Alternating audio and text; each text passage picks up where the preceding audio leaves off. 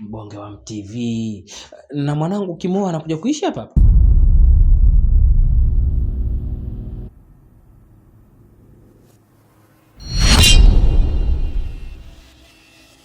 Usijali, tumekuja kutoa shukrani zetu za dhati kwa kile ambacho umenifanyia.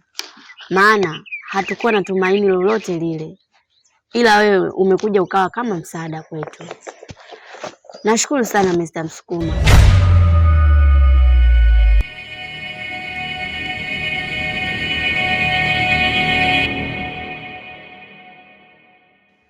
Umejua kunitoa jasho mtu mzima. Nilivyotegemea na niloyakuta tofauti. Mtoto una balaa wewe.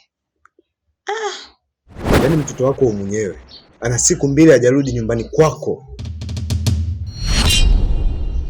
Afu unakuja simple tu hivi.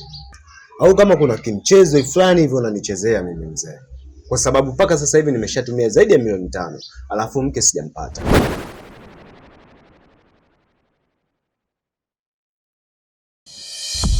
Asante.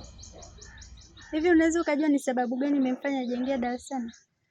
Kiukweli sina uhakika.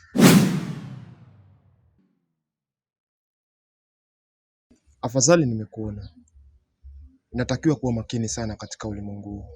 Maana sio wote ndio watakao kupenda, wapo tu watakao kuchukia.